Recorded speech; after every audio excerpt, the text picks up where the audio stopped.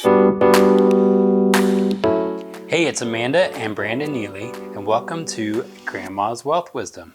Again, obviously, we're not Grandma, but I believe she has a lot of cool stuff to share with us. We follow her time-tested wisdom about managing cash flow and leveraging assets. Today, we want to talk to the independent contractors and entrepreneurs. There are 3 rules for starting a smart, stable side hustle. Say that 5 times fast. Starting a smart, stable side hustle. And we want to talk about those today. Yeah, I think it seems like everyone these days is an entrepreneur or doing some kind of side hustle. I think some is because, honestly, it's hard enough to do just your job and make ends meet, right? And so there's a lot of entrepreneurs out there doing the stuff, or they're doing side hustles. They're doing Uber. They're doing other things to grow, to build, and maybe they want to start a business, so they're doing that as well. Right. So we want to talk about the people who are really wanting to take their side hustle and make it their full-time thing. It's the thing that they love to do, that they're passionate about, that they think could also be really lucrative. And we want to talk about how to make that happen and not end up hired again. Yeah, when they leave their job, do that, and then they end up, hopefully it doesn't change, but they go, or it doesn't fail, they end up actually succeeding and not going back to work for the man. Right. And we just to tell you, we've been entrepreneurs for over a decade now. I left my cubicle in 2009.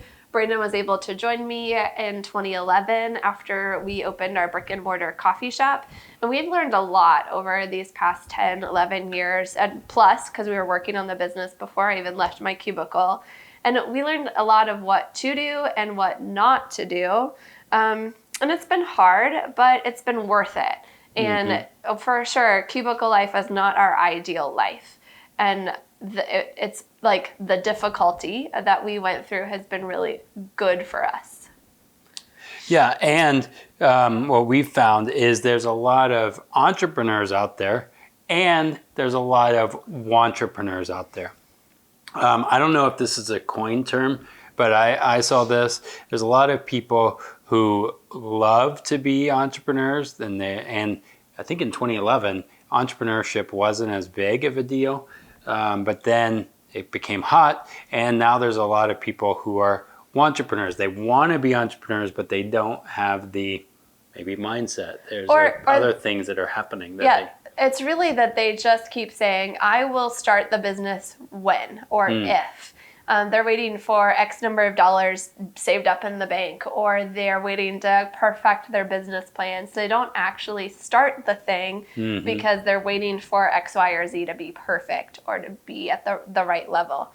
And some people never start because they keep waiting for that, and that's never going to happen.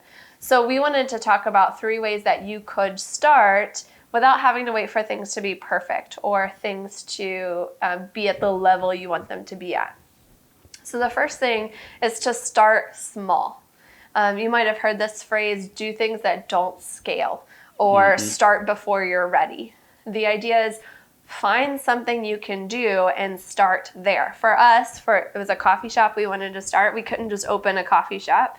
We started selling coffee beans. I literally took an empty suitcase on the Chicago Transit, on the CTA, the L line, and I'd fill it up with coffee and then deliver it to people's homes. That was a start small for us, and that worked out really well. It helped us get some of the funding that we needed to renovate the space that would eventually be, buy the equipment and start the business. Definitely wasn't scalable. And was not. We did upgrade from a small suitcase to a big suitcase. I felt almost like a drug dealer with my caffeine coffee beans going on the L that way. And then the next thing, and this is the thing that we learned not to do. We did this the wrong way. From the beginning, as much as you're able, have a financial strategy that makes sure that you benefit from having the guts and the courage to start your business.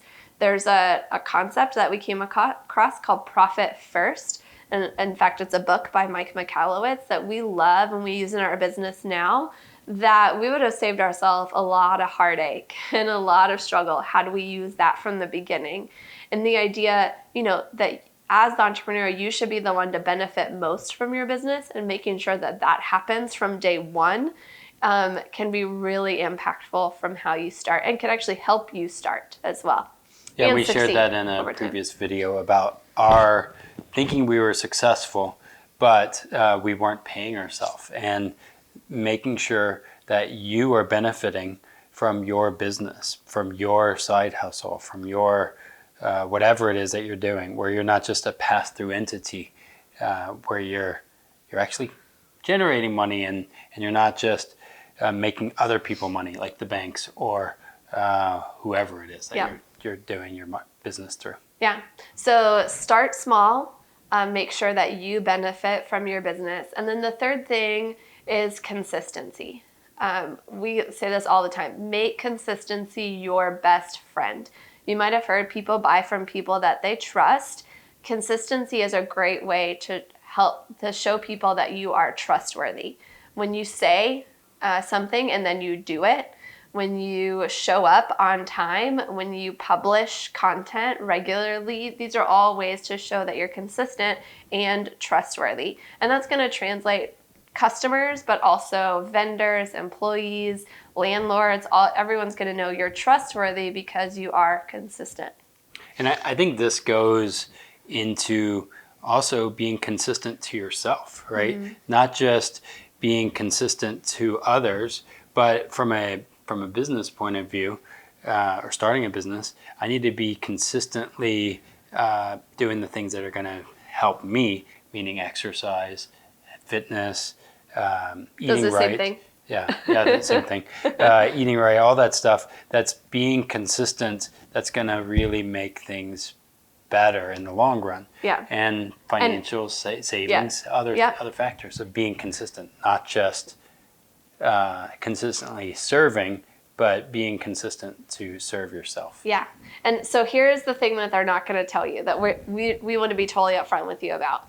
When you are successful in starting small, in making sure you benefit from your business from day one, and in being consistent to others and to yourself, you're going to learn all the things you need to learn, or 99% of them maybe, so that when you are ready to scale, as you get more and more business and are successful in business, you're going to have learned the things you needed to learn to continue on that journey and to keep moving forward and making progress. You're also going to learn what you're not good at, and you're going to need to delegate as you get more and more business and more successful. That's great too. But most importantly, you're going to learn how to be creative with the resources that you've got. You're going to learn how to pay yourself first, even when you didn't do well in business that month. You're going to learn how to be trustworthy no matter what big emergency or what fires you feel like you need to put out. If you look at the statistics, most businesses fail because the entrepreneur, the business owner, runs out of money. And we can help you avoid that, particularly with this whole profit first idea and what to do to make sure you're benefiting from your business. We love to talk to entrepreneurs about that kind of thing, as well as share just from our experience what we've learned about entrepreneurship. So to help you with that, we've got a great resource that you can get at grandmaswealthwisdom.com/free. Just look for Grandma's Top Tips for Independent Contractors and Entrepreneurs. If that's you, those top tips are written specifically for you and helping you be successful in business over the long term. Yeah, so that's those are going to be some great resources to check out. There's going to be other things in that Grandma's Top Tips, at grandmaswealthwisdom.com/free. So go check that out. Again, grandmaswealthwisdom.com/free. And again, thanks for watching and including us on your unique journey towards a smart, stable financial future. We'll catch you next time with Grandma's Wealth Wisdom.